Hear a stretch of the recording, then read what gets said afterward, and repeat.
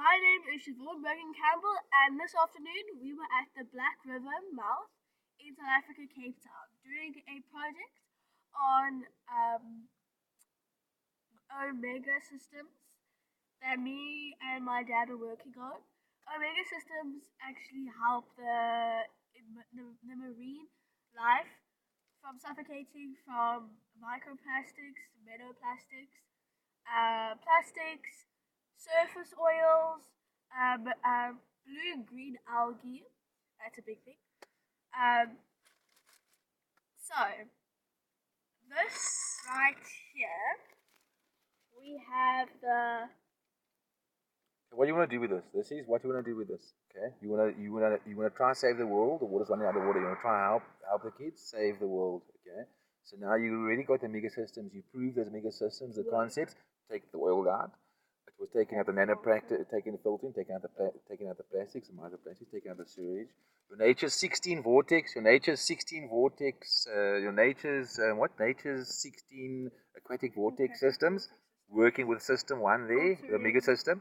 Can filter all those help the nature suck out all the carbon footprints, right?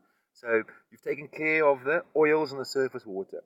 You're already eliminating the nanoplastics and microplastics, which is a big thing in the rivers, because when the sewage, everything ends up in the sewage. All the medication, antiviral drugs, all the chemicals that are coming out of the sewage with your helixes, that also helps it, takes it out. So now you've cleaned the oil off the water. Then the other system takes the vortex, the system, the omega systems for the Black River, goes and puts it into the vortex, your nature, your big pen for the nature, plus all the ponds behind there. So now the plants can do the work, because the oils the insects can also function there, because there's no oil anymore. Oil's on top of the water, so if they come to the top of the surface, then their bodies don't get covered in oil. If they get covered in oil, they die because they can't breathe. So now you slowly, what you're doing, slowly weaning back your rivers. So you're stopping all that pollution. You're stopping all that pollution going into the ocean. Now, when you take that same the omega 3, and even the mega 2, mega 1, and mega 3, actually all of them, even in the 8 can do it as well.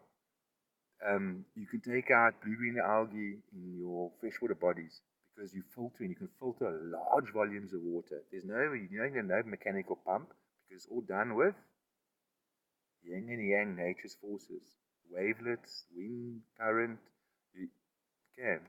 So now what you want to do, you want to implement there. What you want to do? You want to try and get that going right around the world. Okay. Yes, globally. What else do you done? You've also got this where you can know rip currents, right?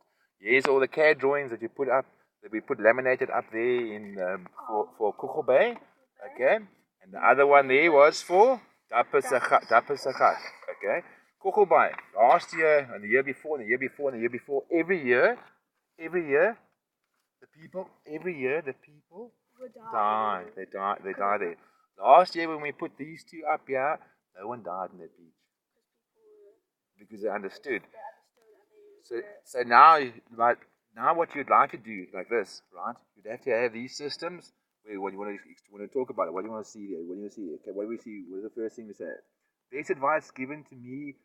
Okay, spend 10 minutes watching movement of waves, foam, and rip currents near shore, middle, back line, and walk 150 meters either side of your location.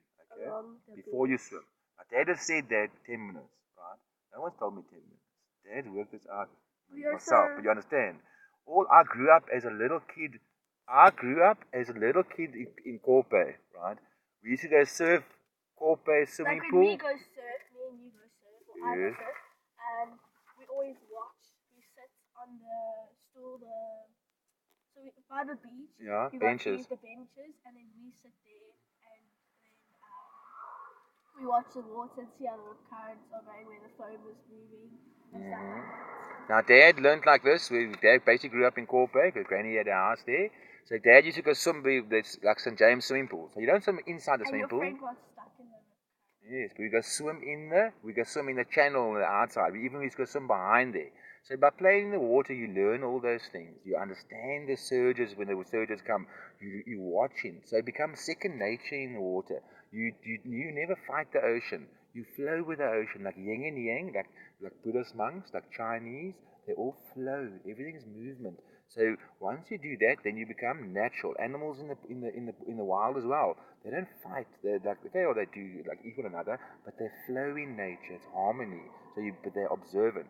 So this is to help kids globally. All we need, right?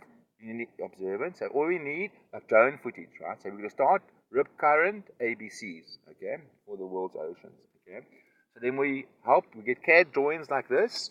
So we teach we teach people how to understand doing these CAD drawings, how to read the water. So what we're going to do, we want to get them to understand. We want to get them how to develop their own skills, right?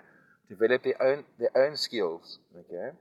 So now, no, Sean. So now we're going like this. Now we're going like this. So now we get them to develop their own skills, right? So dads already can do these CAD drawings, okay. But now with your Omega systems and all that, how many kids around the world? I can't do all the drawings. Okay, there's too many drawings. There's too many people dying, right? So now you start a thing like this for Australia, all around America, Europe, all the wherever. Okay, four oceans, wherever they're like. So now you get these people, right? You help them to do it, right? So now you get people to sponsor, right? Someone to you do the sketch, right? Then someone goes and puts it on a CAD drawing. And then if people sponsor that guy or a girl, whoever, they do the drawing. Then you take that drawing, right? Then you get it laminated. No, I wouldn't say laminated. Put it up on a billboard, on a post, on the beach, right? Then you get someone else to sponsor it. So you're saving lives. So you're teaching kids how to understand the rip currents, because what's going down on the beaches when you see a rip current saying just go swim left or right, the ocean doesn't work like that. Just for example, yeah, you will see rip current here. Take it nou dap as 'n gat. Okay, it's Kogelbaai. Okay, it's Kogelbaai. Okay, let me talk about it. Yeah, it's Kogelbaai. Okay, so here's a rip current going out. I can't just go swim left or right. If I try to go swim right, the current here is going out here. The chances of me getting on this piece of rip here is not. This is a very strong rip. A lot of bow currents go out of here. The best option for me here, okay, I have to go around. Okay, and then come in here. There's also a guy, like a little geyser that turns here, surges. So when the waves break, come in from the outside, they're going to come in, they're going to push into the bank, and they're going to flow around. And as the water's flowing around, it pulls this water over, and the water pulls in. So what's going to happen? You get stuck over here, this little geyser turns. You'll see this little geyser. Sean, let's mute somehow. This little geyser. So this geyser is just going to turn there. So if you come all the way in there, you come across here, you're going to get stuck in back there, and you can carry on and get around. So you actually, as a fine line, you have to go behind the back, go all around, come in. If this was a beach, your normal beach sign that says, oh, there's a rip current, there's an eddy that turns here, and there's an eddy that turns here, and you can just go left or right. It doesn't work so easy. On sandbanks, especially this place here with the Atlantic Ocean coming in, causes big surges. So now you get to tsunamis, basically affect. Well, it's not a tsunamis where the waters will surge, will come into a sandbank, but that it also has periods where during the lull, it pulls the water out. So the chances of a little kid listen to that sign that he saw there on the beach is not. The chances of him being able to make it to this sandbank is very slim.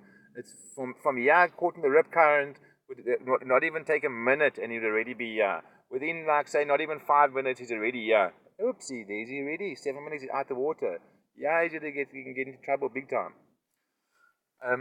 But okay, this is what the concept is. Okay, so now you got the mega systems to take blue-green algae globally, and like you can take it out of fresh water. You can save the marine animals.